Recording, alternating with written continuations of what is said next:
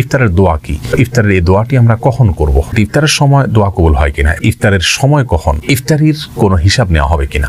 অন্যকে ইফতার করার ফজিলত কি? কি দিয়ে ইফতার করা উচিত? ইফতারের সময় কি কি আমল করা উচিত?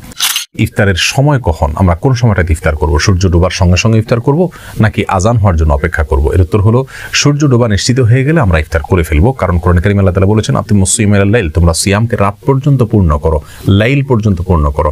লাইল বা রাত বলতে আরবিতে বোঝানো হয় সূর্য ডোবাকে। সূর্য ডুবে গেলে তখন থেকে রাত বা লাইল শুরু হয়, অতএব তার আগ পর্যন্ত আমরা সিয়ামকে পূর্ণ করার নির্দেশ দেওয়া হয়েছে। বিভিন্ন হাদিস থেকে এমনটি বোঝা যায় সূর্য ডুবার পর, সূর্য ডুবে গেছে নিশ্চিত হয়ে গেলে আমরা ইফতার করে ফেলবো, যদিও আজান অনেক দেরিতে দেওয়া হয়।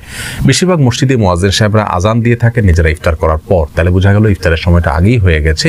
আজানের সাথে ইফতার এটা শর্তযুক্ত কোনো বিষয় নয়, বিধায় আমরা সূর্য ডুবে গেছে এটা নিশ্চিত হয়ে গেলে ইফতার করে ফেলবো। এটা হলো ইফতারের সময়। রাসূল করিম সাল্লাল্লাহু আলাইহি সাল্লাম বলেছেন যে উম্মত যতদিন পর্যন্ত সময় হওয়ার পর অবিলম্বে ইফতার করবে এবং সারিটা শেষ সময় করবে ততদিন তারা কল্যাণের ভিতরে থাকবে। ইহুদিরা দেরিতে ইফতার করে এবং শিয়ারা দেরিতে ইফতার করে, বিধায় অন্ধকার হওয়ার অপেক্ষা করব না, দেরি করব না, বরং সূর্য ডুবাটা নিশ্চিত শুধু হওয়ার চেষ্টা করবো। সে নিশ্চিত হয়ে গেলে ইনশাআল্লাহ আমরা ইফতার করে ফেলবো। ইফতারির কোনো হিসাব নেওয়া হবে কিনা? আমরা অনেকে মনে করি যে যে যা খাবে রমজান মাসে তার কোনো রমজান মাসের খাবারের কোনো হিসাব নেওয়া হবে না।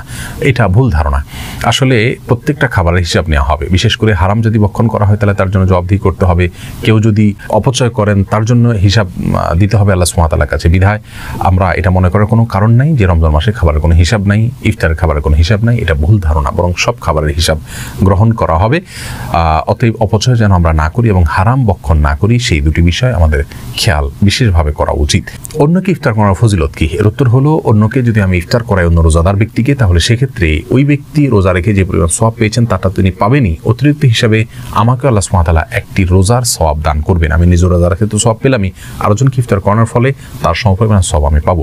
এবং অন্যকে ইফতার করানোর ক্ষেত্রে যে তাকে পেট পুরে খাওয়াতে হবে এমন কোনো কথা নয়। যে কোনো খাবার দিয়ে তার ইফতারের ব্যবস্থা না থাকে, ইফতার আয়োজন আপনি করলেন বা আপনি তাকে ইফতার খাওয়ানোর আয়োজন করলেন, সেটা খুব সামান্য একটা খেজুর দিয়ে হতে পারে, তার মাধ্যমে আমরা সওয়াবটা পেতে পারি। ইফতারের সময় দোয়া কবুল হয় কিনা? প্রশ্ন উত্তর হলো ইফতারের সময় দোয়া কবুল হওয়া নিয়ে অনেক আলোচনা রয়েছে। রাসূল করিম সাল্লাল্লাহু আলাইহি ওয়াসাল্লামের একটি হাদিস থেকে আমরা জানতে পারি, তিনি বলেছেন, মুসনাদ আহমদ এবং ইবনে হিব্বান বর্ণনা করেছে যে সালাতুন লা তুরাদ্দু দাওয়াতুহুম আও সালাসাতুন লা তুরাদ্দু দাওয়াতুহুম, তিন ব্যক্তির দোয়াকে ফেরত দেওয়া হয় না। তার ভিতরে একটি হলো হাসসাইম হাত্তা ইফতার, রোজাদার ব্যক্তি ইফতার করা পর্যন্ত তার দোয়া ফেরত দেওয়া হয় না। ওয়াল ইমামুল আদিল, এবং ন্যায়পরায়ণ বাদশা, তার দোয়া ফেরত দেওয়া হয় না। ওয়া দাওয়াতুল মাজলুম, এবং মাজলুম বা অত্যাচারিত ব্যক্তির দোয়া ফেরত দেওয়া হয় না। এই হাদিস থেকে বোঝা যায় যে রোজাদার ব্যক্তির দোয়া কবুল হবে এবং সেটা ইফতারের আগ পর্যন্ত।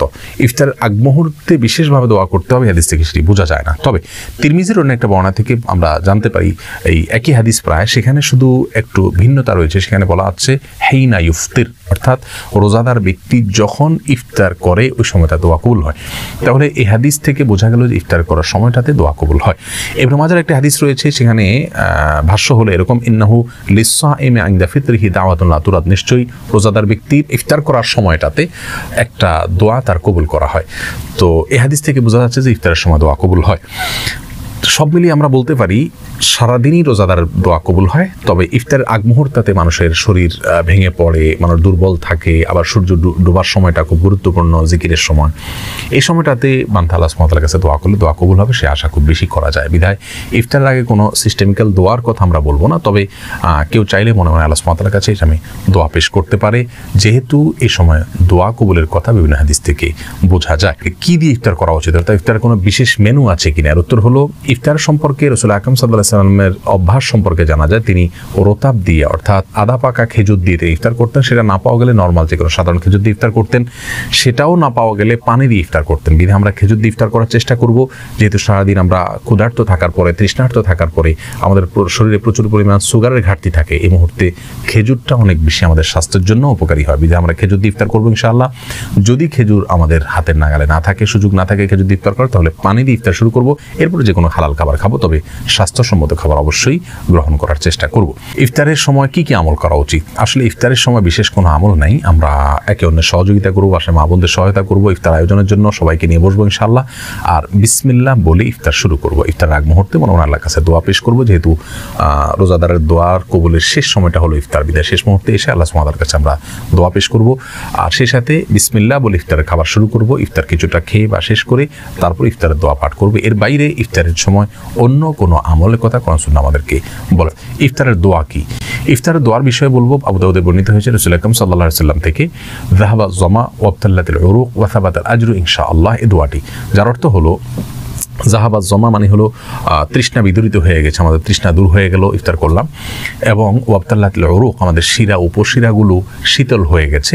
এবং ওয়াসাবাতাল আজরু ইনশাআল্লাহ, আল্লাহর কাছে আমাদের আজার বা বিনিময় এটা দাঁড়িয়ে গেছে আল্লাহ যদি চান।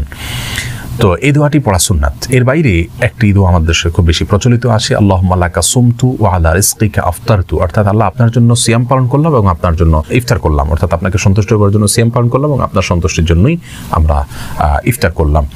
তাহলে এই দোয়াটিও আবু দাউদে বর্ণিত হয়েছে। এই দোয়াটি রাসূল আকরাম সাল্লাল্লাহু আলাইহি ওয়াসাল্লামের দিকে সম্বন্ধ রয়েছে।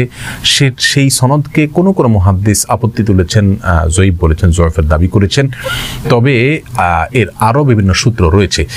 এ প্রসঙ্গে ইমাম নবী রাহমাহুল্লাহর আল আসকার কিতাবের ব্যাখ্যায় আল্লামা আব্দুল কাদের আল আরনাউত বলেছেন যে এর অনেকগুলো সনদ রয়েছে, সবগুলো মিলে এটা গ্রহণযোগ্যতার লেভেল পায়, যার কারণে যেগুলো তো আমরা পড়তে পারি। জাহাবাজ জমা ওয়াবতাল্লাতিল উরুক ওয়া সাবাতাল আজরু ইনশাআল্লাহ, এই দোয়াটি বিশুদ্ধভাবে প্রমাণিত, সেই সাথে হাসান সূত্রে প্রমাণিত, সেই সাথে আল্লাহুম্মা লাকা সুমতু ওয়া আলা রিজকিকা আফতারতু, এই দোয়াটিও গ্রহণযোগ্যভাবে প্রমাণিত বিধায় আমরা যে কোনো দোয়া করতে পারি। আরও একটি দোয়াও রয়েছে। ইফতার সম্পর্কে সর্বশেষ যে প্রশ্নের উত্তর দিতে চাই তা হলো, ইফতারের এই দোয়াটি আমরা কখন করব? এর উত্তর হলো, এই দোয়াটি আমরা ইফতারের শেষে করব, অর্থাৎ ইফতারের শুরুতে তো বিসমিল্লাহ পড়ে ইফতার করব, ইফতার করা শেষ, এরপর আমরা এই ইফতারের দোয়াগুলো পাঠ করব। অনেকে মনে করেন ইফতারের দোয়াগুলো আগে পাঠ করতে হয়, এটা ভুল ধারণা। মূলত ইফতারের দোয়াগুলো ইফতারের পরে পাঠ করতে হবে। ইফতার সামান্য কিছু খেয়ে তারপর আপনি পাঠ করতে পারেন। আল্লাহ সুবহানাহু ওয়া তাআলা আমাদের সকলকে সুন্নাহসম্মত ইফতার এবং বিশুদ্ধভাবে সকল আমল করার তৌফিক দান।